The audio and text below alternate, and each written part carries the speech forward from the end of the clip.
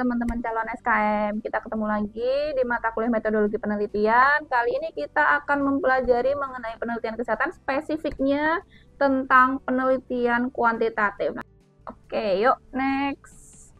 Nah, kita akan mempelajari tentang pengertian metode penelitian, kemudian tujuan penelitian kesehatan, manfaat dari penelitian kesehatan, jenis penelitian kesehatan, dan kita akan menyinggung mengenai metodologi kuantitatif, tapi kita akan membahas mayoritas di video ini tentang penelitian kuantitatif. Oke, yuk selanjutnya.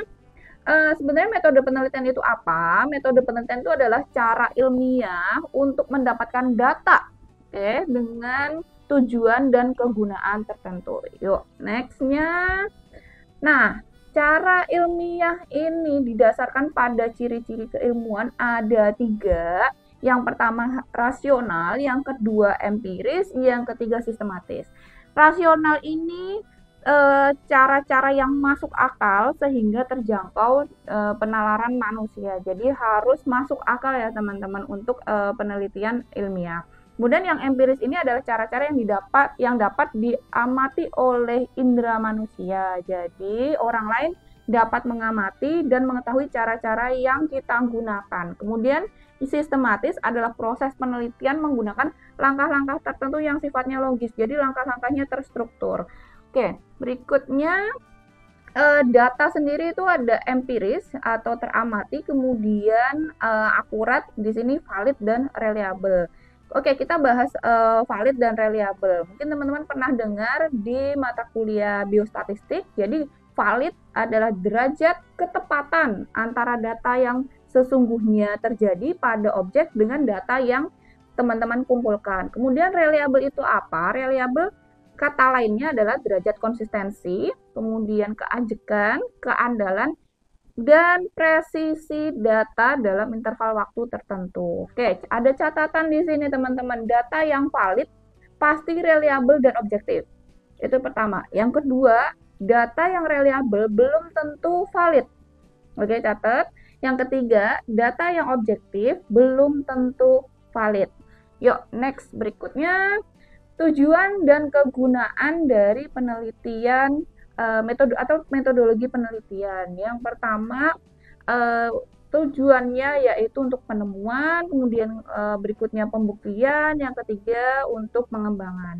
Nah, penemuan data yang diperoleh dari penelitian adalah data yang memang benar-benar baru yang kita temukan. Kemudian terkait dengan pembuktian, data yang kita peroleh ini kita gunakan untuk membuktikan adanya keraguan-raguan terhadap informasi atau pengetahuan tertentu. Kalau kemarin ada kita bahas tentang gap, nah ini untuk membuktikan gap itu. Nah, kemudian yang berikutnya ada pengembangan. Pengembangan ini untuk memperdalam dan memperluas pengetahuan yang ada. Kegunaannya apa sih penelitian itu atau metodologi penelitian? Yang pertama untuk memahami, yang kedua untuk memecahkan, yang ketiga untuk mengantisipasi. Memahami di sini untuk memperjelas suatu masalah atau informasi yang tidak diketahui sehingga kita menjadi tahu, menjadi informasi baru. Kemudian memecahkan ini untuk meminimalkan atau menghilangkan masalah.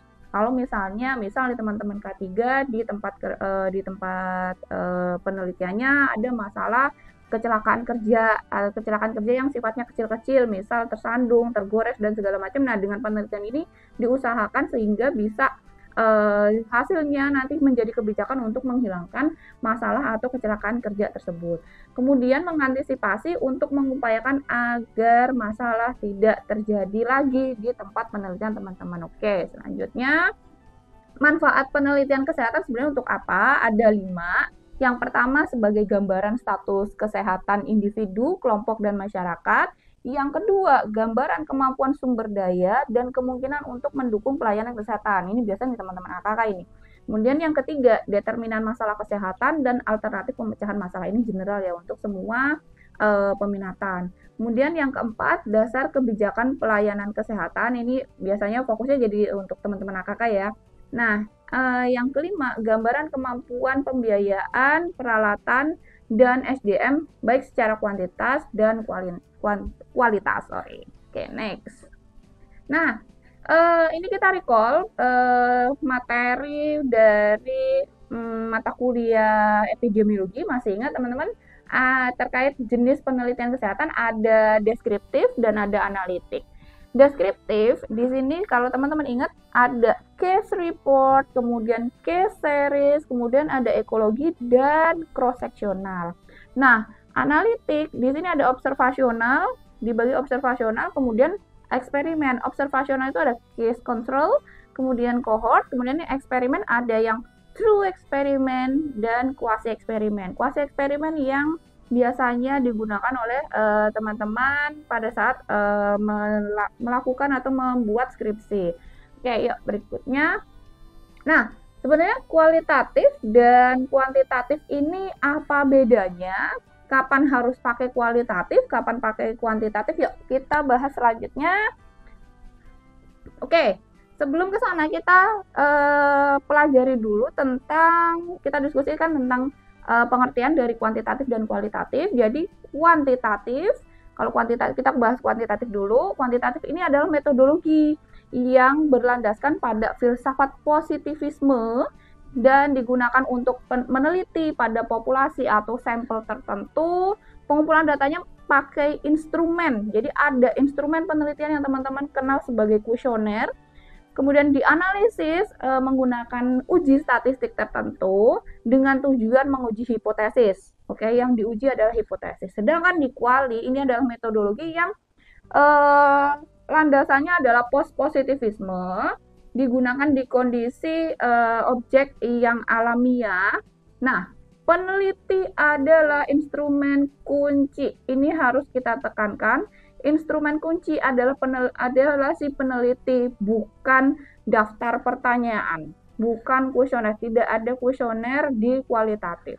Nah, teknik pengumpulan datanya dilakukan dengan triangulasi, analisisnya nanti juga dengan triangulasi, kemudian analisisnya bersifat induktif, kemudian penekanan pada makna daripada generalisasi pada hasil. Oke, berikutnya. Nah, di sini ada perbedaan antara metode kuantitatif dan kualitatif, tapi di sini kita fokus ke metode kuantitatif. Terkait metode kuantitatif, karakteristiknya yang pertama terkait dengan desain studi kuantitatif. Di sini spesifik, jelas dan rinci, kemudian ditentukan secara mantap dari awal proposal. Yang ketiga, jadi pegangan langkah demi langkah. Jadi di bagian metode di proposal penelitian teman-teman itu yang akan jadi pedoman teman-teman menulis melakukan penelitian itu, melakukan skripsi, pengambilan data segala macam. Nah, itu jadi pedomannya teman-teman. Kemudian tujuannya untuk menunjukkan hubungan antara variabel. Yang kedua untuk menguji teori, kemudian mencari generalisasi. Kalau di kuali kita nggak bisa, kita bukan mencari generalisasi ya teman-teman. Kemudian teknik pengumpulan datanya ada menggunakan kuesioner, dan biasanya ini ada observasi plus wawancara terstruktur. Kenapa wawancara terstruktur? Karena menggunakan kuesioner. Sedangkan kalau misalnya di kualitatif, teknik pengumpulan datanya kita kenal ada wawancara mendalam, kemudian ada FGD, ada observasi, seperti itu. Dan wawancaranya bukan wawancara terstruktur. Memang ada daftar pertanyaan, tapi itu hanya pedoman untuk wawancara. Jadi si peneliti tidak lupa apa saja yang harus ditanyakan. Nah, itu yang membedakan. Salah satu yang membedakan antara kuantitatif dan kualitatif. Oke, yuk kita bahas yang berikutnya. Ini kita fokus ke kuantitatif ya teman-teman ya. Nah, terkait dengan instrumen penelitian, kalau di kuantitatif, instrumennya adalah angket, kemudian kuesioner, dan biasanya ada, misal teman-teman K3 nih banyak banget punya instrumen atau kuesioner yang sudah terstandar internasional dan itu yang harus dipakai. Nah, ini adalah instrumen di penelitian kuanti. Sedangkan masih ingat tadi yang di awal saya jelasin, kualitatif instrumennya adalah ya si peneliti. Oke, si peneliti. Catat itu, karena jangan sampai nanti ujian masih menuliskan instrumennya adalah daftar pertanyaan. Nah, itu berarti udah salah ya. Oke. Nah, yang berikutnya ada Nah, Oke, dari terkait data di kuantitatif ini sifatnya kuantifikasi, jadi berupa angka-angka, kode. Kalau di kuali, datanya adalah semua informasi, semua kata-kata, makanya namanya kualitatif.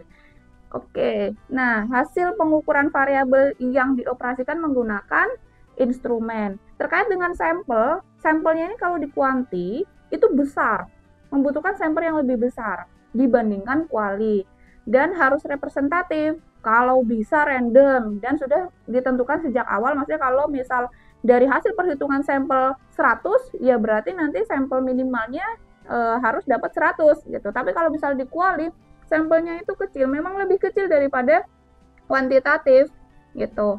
Nah, misal di awal 30 kita menentukan 30 itu udah termasuk dari informan wawancara mendalam, kemudian informan dari FGD. Tapi misal kita tadi menentukan 30 informannya pada kuali ya.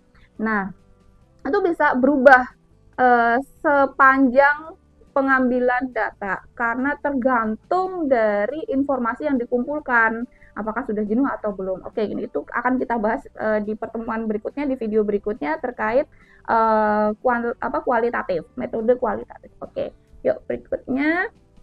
Nah, terkait analisis, setelah selesai pengumpulan data untuk analisis kuantitatif.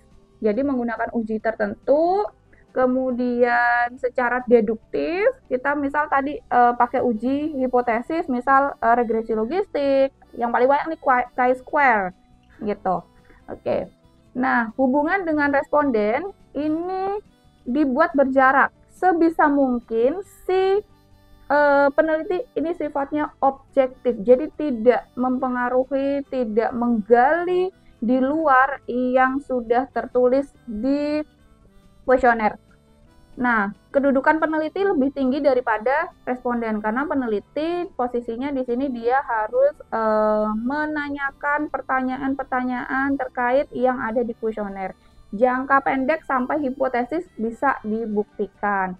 Untuk usulan desainnya ini luas dan rinci, kemudian literatur yang berhubungan dengan masalah dan variabel yang diteliti, prosedurnya spesifik dan rinci, masalahnya spesifik dan jelas dari awal, hipotesisnya juga jelas, ada hipotesis 0, ada hipotesis HA, kemudian rinci sebelum turun lapangan karena akan jadi pedoman. Yuk, berikutnya. Kapan penelitiannya dianggap selesai? Kalau semua kegiatan yang direncanakan di proposal, di bagian metodologi, itu sudah dilaksanakan semua.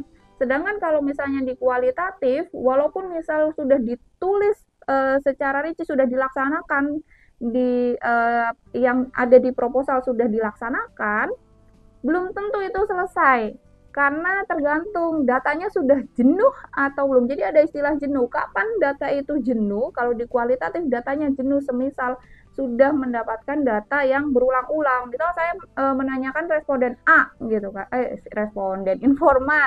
Informan A. Dia jawabannya tuh akan selalu sama kalau misalnya saya mewawancara informan B dan informan C. Nah, itu udah jenuh berarti. Akan didapatkan jawaban yang arahnya sama ke arah situ. Nah, kemudian kepercayaan terhadap hasil penelitian ini berdasarkan pengujian validitas dan reliabilitas instrumen. Oke, yuk selanjutnya. Oke, penelitian kuantitatif. Yuk kita bahas lebih mendalam. Kapan kita pakai kuantitatif? Kalau masalah penelitiannya sudah jelas, ya. Kalau misalnya kita dari penelitian terdahulu tuh udah ada gitu kan, antara X dengan Y gitu, antara misal ultraviolet nih, pajanan ultraviolet terhadap fotokeratitis. Nah itu kan udah jelas.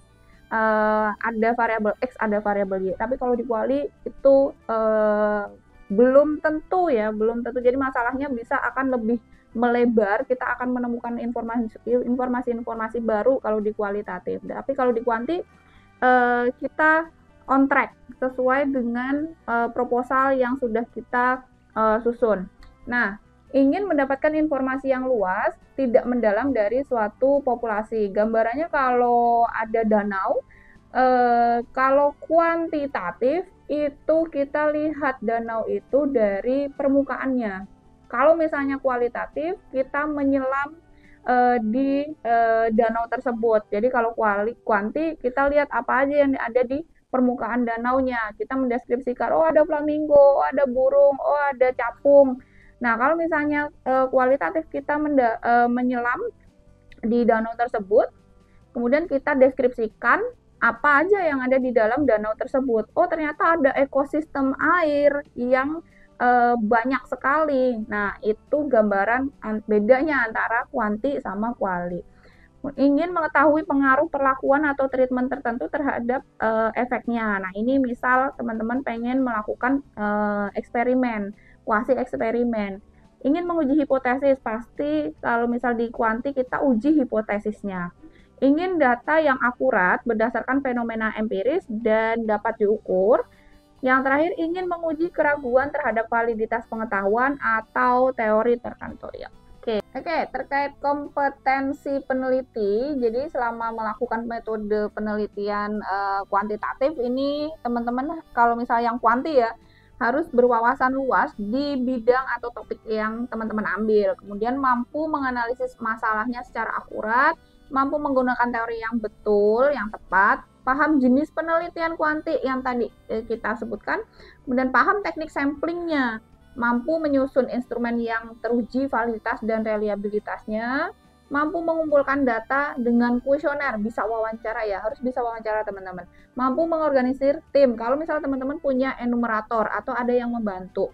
Kemudian mampu menganalisis dan menyajikan data dengan tepat, mampu menginterpretasi hasil penelitian, membuat laporan yang sistematis sampai membuat abstraksi dari hasil penelitian. Oke, selanjutnya.